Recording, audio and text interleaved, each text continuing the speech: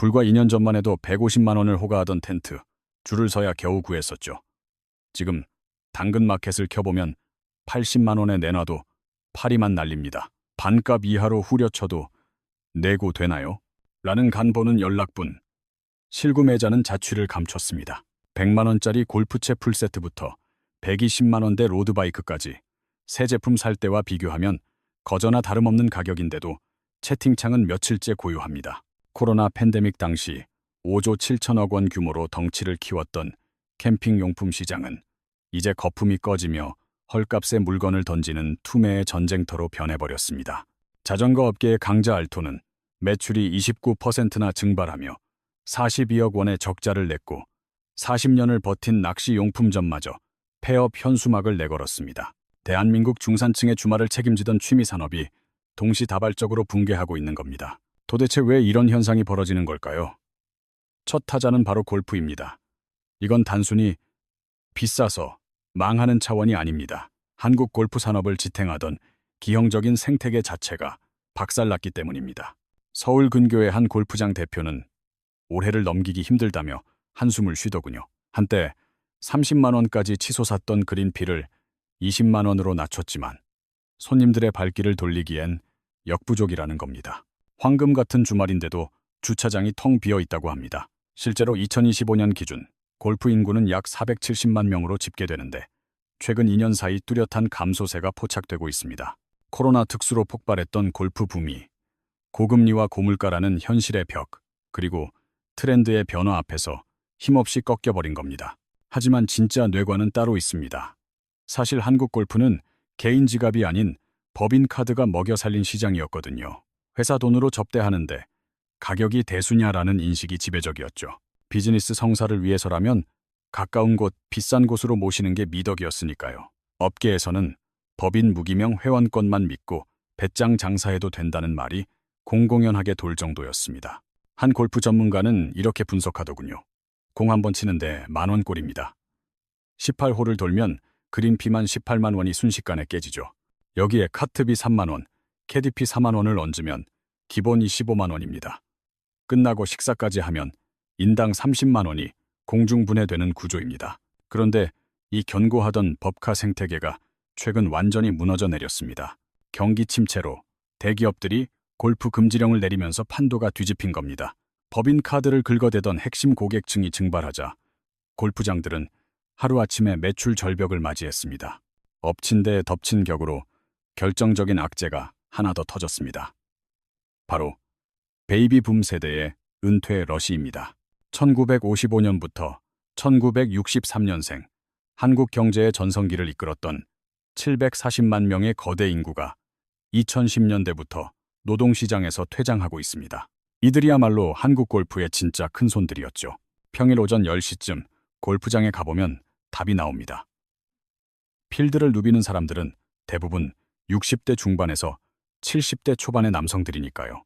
이분들은 골프 구력만 30년이 넘습니다. 과장 달고 법인 카드로 머리 올리고 부장되어서는 주말마다 거래처 접대하며 잔뼈가 굵은 세대입니다. 임원까지 오르면 일주일에 2-3번은 기본이었죠. 어차피 내 돈 나가는 게 아니었으니까요. 이들에게 골프는 단순한 스포츠가 아니었습니다. 그것은 비즈니스의 연장이자 인맥 관리였고 성공의 증표였습니다. 이번 주 금요일 라운딩 어떠십니까? 이 한마디면 꽉 막힌 계약도 술술 풀렸고 주말 골프 회동은 사내 정치와 승진 경쟁에서 우위를 점하는 필수 코스였습니다. 그렇게 30년을 살았는데 은퇴와 동시에 그 세계가 닫혀버린 겁니다. 단순히 월급이 끊겨서가 아닙니다.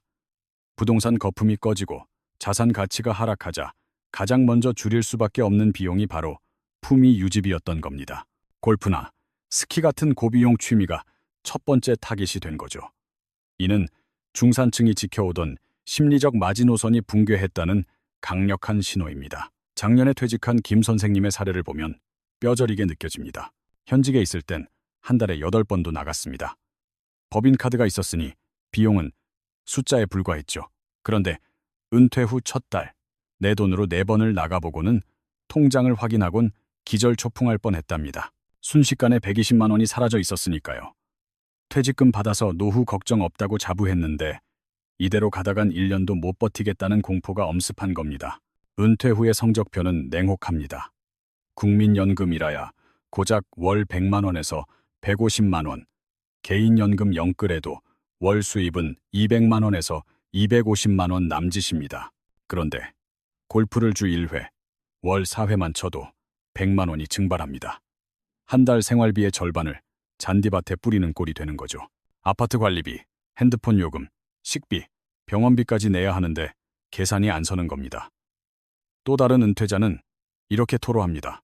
현역 때는 한 달에 2~3번 치는 게 낙이었어요. 그게 유일한 숨구멍이었죠. 필드 나가서 친구들 만나고 땀 흘리는 맛에 살았는데 백수가 되니 그게 가장 큰 사치가 돼버렸습니다. 한 번 나갈 때마다 30만 원이 깨지는데 제정신으로 칠 수 있겠습니까? 회사의 지원이 끊기고 내 지갑을 여는 순간 골프는 더 이상 취미가 아니라 생계를 위협하는 짐이 되어버린 겁니다. 결국 수백만 원짜리 골프채는 창고 깊숙이 처박히고 골프화엔 먼지만 쌓여가고 화려했던 골프웨어는 옷장 귀신이 되고 말았습니다. 중고로 처분하려 해도 받아줄 사람이 없습니다. 너도 나도 팔겠다고 내놓으니 매물은 넘쳐나고 가격은 바닥을 치는 거죠. 골프장 사장님들의 비명도 들려옵니다. 베이비붐 세대의 은퇴는 재앙입니다. 평일 매출을 책임지던 이분들이 한 달에 8번 오던 걸 이제는 한두 번 올까 말까 하니까요. 법인카드가 사라지니 철저하게 계산기를 두드리며 지갑을 닫은 겁니다. 더 뼈아픈 건 이 세대가 골프의 즐거움을 다음 세대에게 물려주지 못했다는 사실입니다. 예전 같으면 아버지가 아들을 데리고 필드에 나가 이게 남자들의 세계다. 골프를 배워야 사회에서 성공한다라며 조기 교육을 시켰을 텐데 지금 2030 세대에게는 씨알도 안 먹히는 소리입니다. 아빠, 그 돈이면 유럽 여행을 가죠. 땡볕에서 공치면서 돈을 왜 버려요? 이런 반응이 대다수입니다. 결국 베이비붐 세대의 퇴장과 함께 한국 골프 산업은 구조적 붕괴를 피할 수 없게 됐습니다. 뒤를 이을 후속 타자가 없으니까요. 두 번째는 캠핑입니다. 이건 한국 자영업 특유의 쏠림 현상이 빚어낸 참사입니다. 캠핑 시장은 2019년 3조 7천억 원에서 2023년 5조 7천억 원으로 기형적인 급성장을 이뤘습니다. 캠핑장 매출도 덩달아 1조 5천억 원까지 폭등했죠. 숫자만 보면 황금알을 낳는 거위처럼 보입니다. 하지만 함정이 있었습니다. 신규 유입은 끊겼는데 기존 유저들의 지갑마저 닫힌 겁니다. 5년 전에는 1인당 연간 150만 원을 장비에 썼다면 2023년엔 100만 원으로 뚝 떨어졌습니다. 고인물들은 이미 장비를 다 샀으니 지갑을 열 이유가 없고 뉴비들은 비싸서 진입을 안 하는 거죠. 이 와중에 캠핑장 사장님들은 치명적인 악수를 둡니다. 바로 배짱 장사를 시작한 겁니다. 오토 캠핑장 기준으로 불과 몇 년 전 3~4만 원 하던 자릿세가 지금은 5만 원에서 7만 원까지 뛰었습니다. 더 기가 막힌 건 상당수 캠핑장이 1박 예약 불가, 무조건 2박 우선이라는 황당한 룰을 만든 겁니다. 카드 결제 거부하고 현금 이체만 강요하는 것도 수두룩하죠. 소비자원 통계를 보니 울며 겨자 먹기로 이 박을 예약해야 했던 피해자가 42%에 달했습니다. 휴가 내기 힘든 직장인들에게 억지로 이틀치 요금을 뜯어낸 셈입니다. 업주들은 항변합니다. 내 땅에서 내 방식대로 장사하는데 뭐가 문제냐? 라고요. 물론 자유입니다. 하지만 시장의 복수는 냉혹하고 빠릅니다. 한국 자영업의 고질병이 도진 거죠. 돈 된다 소문나면 우르르 몰려가서 서로 죽이는 치킨 게임 말입니다. 최근 폐교를 개조한 대형 캠핑장이 화제가 된 것도 이런 맥락입니다. 일주일에 딱 이틀 문 열고 한 달에 1,500만 원을 번다? 이 달콤한 환상에 젖어 너도 나도 캠핑장 창업에 뛰어들었죠. 덕분에 전국 야영장 숫자가 무려 3,700개를 돌파했습니다. 역대급 포화 상태죠. 참 안타까운 건 지금이 대세다라는 소리 듣고 막차 탄 사람 치고 돈 번 사람 거의 없다는 사실입니다. 이런 난리통에 진짜 웃는 건 누굴까요? 권리금 받고 빠져나간 사람들 뿐이에요. 우리보다 먼저 캠핑 열풍이 불었던 옆 나라 일본 상황을 볼까요? 스노우피크라는 유명 브랜드 다들 아시죠? 시가총액 4,500억 원을 호령하던 일본 캠핑의 자존심이었죠. 하지만 지금은 처참합니다. 순이익이 무려 99.9%나 증발해버렸으니까요. 수백억 원을 쓸어 담던 기업의 영업이익이 고작 1,000만 원 수준으로 추락한 겁니다.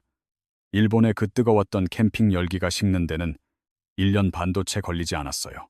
캠퍼들이 썰물처럼 빠져나가자 중고샵은 매물로 넘쳐나고 산까지 깎아 캠핑장 만든 사장님들은 빚더미에 앉게 생겼습니다. 남의 일이 아니에요. 지금 대한민국이 딱 이 꼴이거든요. 2년 전만 해도 150만 원 주고 줄 서서 샀던 텐트가 지금은 80만 원에도 안 팔립니다. 반값 떨이를 해도 더 깎아주세요라는 간보는 연락만 올 뿐이죠. 배짱 영업과 공급 과잉, 이 두 가지가 캠핑 시장을 무너뜨린 주범입니다. 다음 타자는 스키장인데요. 여긴 상황이 더 심각합니다.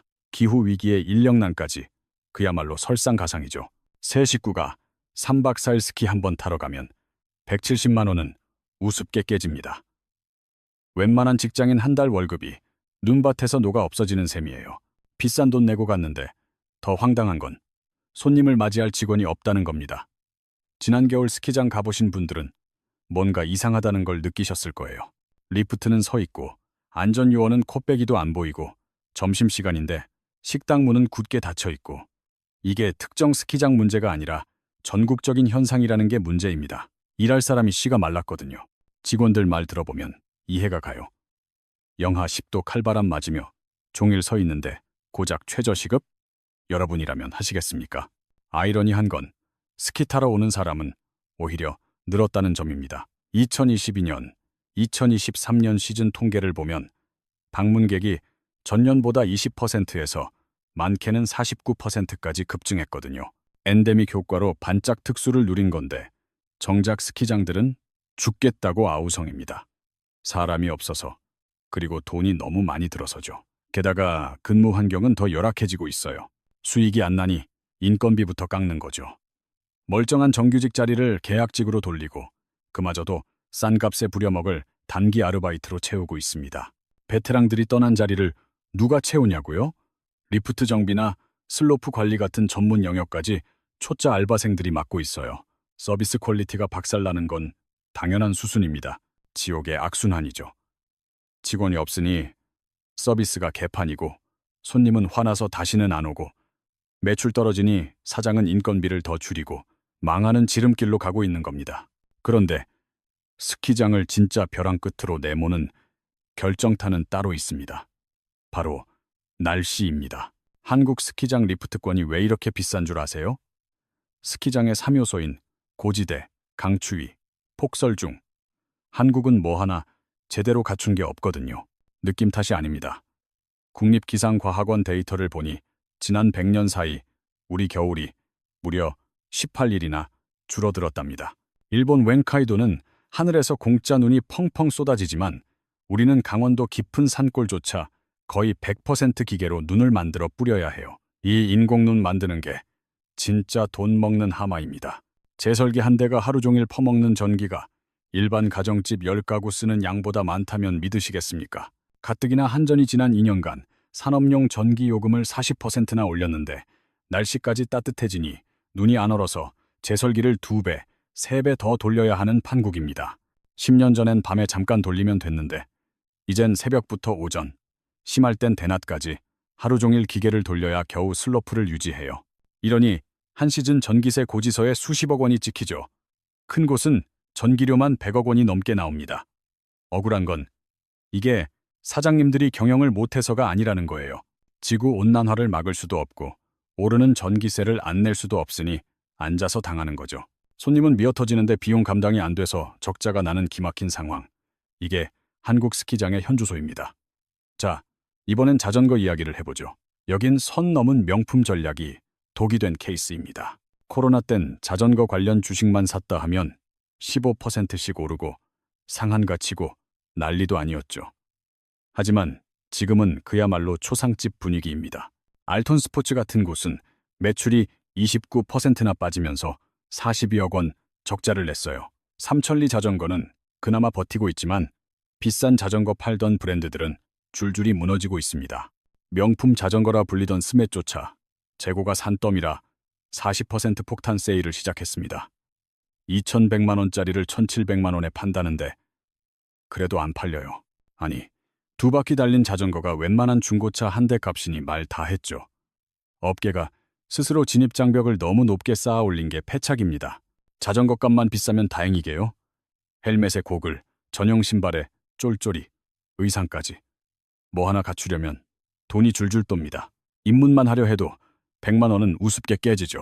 물 들어올 때 노젓 짜면서 가격을 너무 올렸어요. 그 비싼 가격표가 결국 소비자들이 넘어올 수 없는 거대한 벽이 돼버린 겁니다. 그러니 사람들이 다 어디로 가겠어요? 운동화 한 켤 내면 끝나는 러닝으로 갈아타는 거죠. 게다가 엎친 데 덮친 격으로 해외 직구까지 쉬워졌습니다. 예전엔 동네 대리점 가서 샀지만 이젠 방구석에서 휴대폰으로 주문하잖아요. 알리익스프레스 같은 데서 반값에 파는데 누가 대리점 가겠습니까? 동네 자전거포가 전멸하는 이유죠. 샵 사장님들, 지금 파리만 날립니다.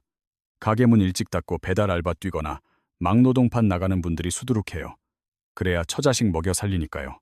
수리비 좀 받고 자전거 팔아 남겨야 하는데 업계에선 지금 전국 매장의 80% 이상이 적자일 거라고 봅니다. 사실상 개점 휴업 상태인 거죠. 주말에 한강 한번 나가보세요. 자전거 부대 확 줄어든 게 느껴집니다. 라이더들 말 들어보면 장비 챙기고 입고 나가는 준비 과정이 너무 귀찮다는 거예요. 이어폰 꽂고 가볍게 달리는 게 훨씬 편하고 운동 효과도 좋으니까요. 비싸고 번거로운 자전거를 굳이 탈 이유가 사라진 겁니다. 결국 주제 파악 못한 고급화 전략이 자충수가 된 셈입니다. 마지막 5번째, 낚시입니다. 여긴 늙어가는 취미라는 게 문제입니다. 젊은 피수열이 끊겼어요. 경기도 어느 저수지에서 20년 넘게 낚시터 하시는 사장님을 만나봤는데요. 옛날엔 주말 새벽 5시만 돼도 자리 맡으려는 사람들로 전쟁통이었답니다. 월 매출 2천만 원은 거뜬했대요. 근데 지금은 주말에 10명 오면 대박이고 평일엔 개미새끼 한 마리 안 보이는 날이 태반이랍니다. 한 달 뼈 빠지게 일해서 매출 300만 원 찍으면 감지덕지라는데 전기세니 수도세니 떼고 나면 사장님 주머니에 남는 건 먼지뿐인 거죠. 낚시 인구 늘었다던데. 하실 수 있어요. 맞습니다. 2000년대 초 500만 명에서 작년 720만 명까지 늘긴 했죠. 근데 그건 배 타고 나가는 바다 낚시나 루어 낚시 얘기고 이런 민물 낚시터는 소멸 위기입니다. 진짜 위기는 따로 있어요. 낚시터에 젊은 사람이 없습니다. 전체 낚시 인구 까보면 20대는 고작 3%, 30대 합쳐봐야 8%도 안 돼요. 다 합쳐봐야 고작 11%입니다. 낚시 인구 10명 중 9명은 기성세대라는 뜻이죠. 50대 이상 비중이 70%를 상회하니 사실상 고령자 전용 취미가 된 셈입니다. 대학생에게 낚시 갈 거냐고 물어보세요. 미친 사람 취급받습니다. 그럴 바엔 집에서 롤롤 하죠라는 답이 돌아오죠. MZ 세대에게 낚시는 낭만이 아니라 고문에 가까운 지루함일 뿐입니다. 15초마다 도파민이 터지는 숏폼의 시대잖아요. 입질 한번 보려고 5시간을 허공에 날린다? 젊은 층에겐 시성비 시간 대비 성능 최악의 비효율적 행위입니다. 진입장벽도 만만치 않습니다. 입어료만 5만 원의 미끼랑 각종 채비까지 더하면 하루 7만 원에서 10만 원은 우습게 깨지는 구조입니다. 그 돈이면 최고 사양 PC방에서 하루 종일 놀고 맛집 탐방에 카페까지 풀코스로 즐길 수 있습니다. 꽝 치는 낚시 5시간보다 승패 확실한 게임 10판이 훨씬 합리적인 소비라고 판단하는 거죠. 여기에 가치 소비 트렌드가 결정타를 날립니다. 낚시를 레저가 아닌 동물 학대로 규정하는 시선이 지배적이거든요. 살아있는 생명체 입에 바늘을 꿰어 끌어내는 행위 자체를 야만적으로 느낍니다. 비건과 동물권에 민감한 젊은 층이 늘면서 이런 거부감은 더 확산되고 있습니다. 세대 간 전수고리도 끊어졌습니다. 예전엔 부자 푸즈가 함께하는 취미의 대명사였지만 이제 옛말입니다. 아버지가 주말에 낚시 가자고 하면 아들은 질색하며 거절합니다. 친구 만난다고 도망가기 바쁘죠. 이렇게 세대 간 경험 전승이 단절되면서 낚시 시장 자체가 자연 소멸 단계에 진입한 겁니다. 이 현상들의 공통 분모가 뭘까요? 2030 세대의 전멸입니다.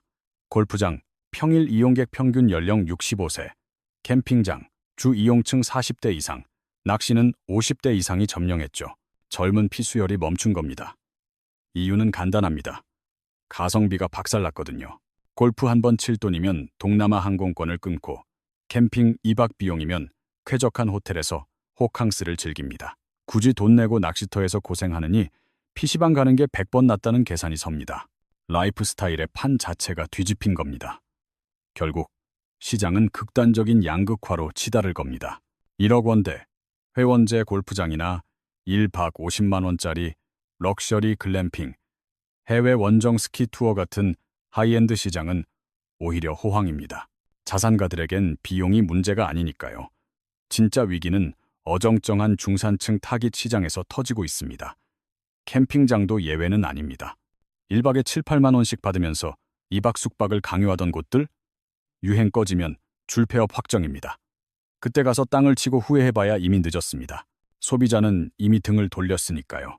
스키장은 더 암울합니다. 기후위기로 개장일은 줄고 전기료와 인건비는 폭등하는데 고객 눈높이는 이미 일본으로 향해 있습니다. 같은 값이면 세카이도 가서 천연 파우더 스노우 타지 누가 국내 스키장 가냐는 거죠.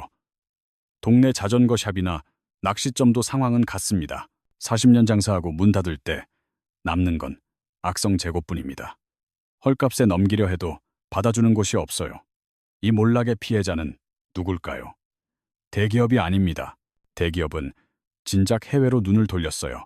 진짜 폭탄을 맞는 건 골목 상권 자영업자들입니다. 평생 가게 하나로 가족 건사하던 분들이 하나둘 폐업 현수막을 내걸고 있는 게 현실입니다. 또 다른 피해자는 은퇴 세대입니다. 현역 땐 바빠서 못 갔는데 막상 퇴직하니 시간은 넘치고 돈이 말라버렸습니다. 친구들 골프 모임에 요즘 바빠서라며 핑계를 대고 빠지지만 속사정은 지갑이 얇아서입니다. 돈 없다고 말하기엔 자존심이 허락지 않으니까요. 그렇게 모임에서 도태되고 집에서 텔레비전만 보며 하루를 때우게 됩니다.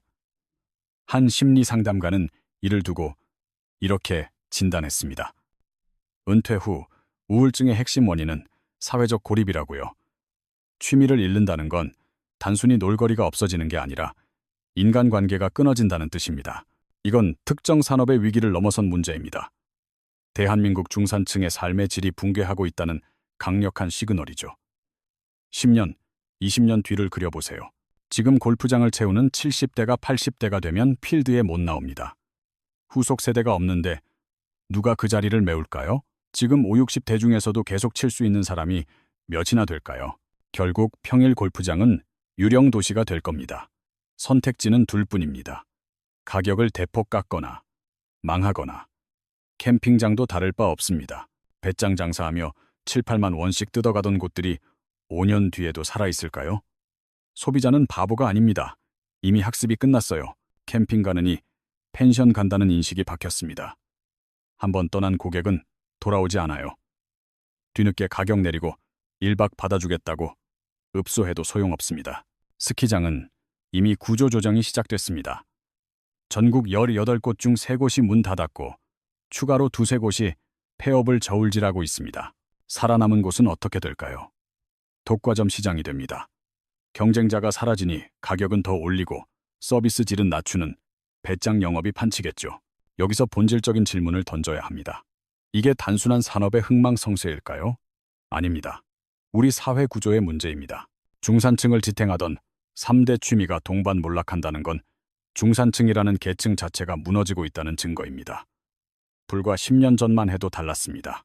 직장인 가장이라면 월 한두 번 필드 나가고 여름엔 가족 캠핑, 겨울엔 스키장 다녀올 여력이 있었습니다. 부자는 아니어도 이 정도 문화생활은 누린다는 자부심, 그게 바로 중산층의 정체성이었죠. 그런데 지금 상황을 보세요. 내 월급 빼고 다 올랐습니다. 집값은 천정부지 치솟았고 사교육비에 노후 준비까지 겹치니 레저는 사치제 1순위로 전락했습니다. 2030은 진입조차 포기했고 경제허리인 3040 세대조차 지출을 줄입니다. 월 2회 라운딩이 연 2회로 쪼그라들고 자연스레 모임에서 축출되는 수순입니다. 은퇴자는 생존의 문제에 직면합니다. 쥐꼬리만 한 연금은 생활비 메우기도 벅찬데 취미는 언감생심이죠. 관리비, 통신비, 병원비 내고 나면 잔고가 텅 빕니다. 이 상황에서 골프채를 잡고 텐트를 칠 수 있겠습니까? 불가능합니다. 친구 만나 밥 한 끼 사는 것도 벌벌 떠는 게 현실입니다. 허리가 끊어진 겁니다. 그들만의 리그인 초고가 시장과 팔이 날리는 대중시장, 극단적인 두 세계만 남았습니다. MG는 떠났고 중산층은 붕괴했습니다. 우리가 알던 평범한 여유의 시대는 완전히 막을 내렸습니다.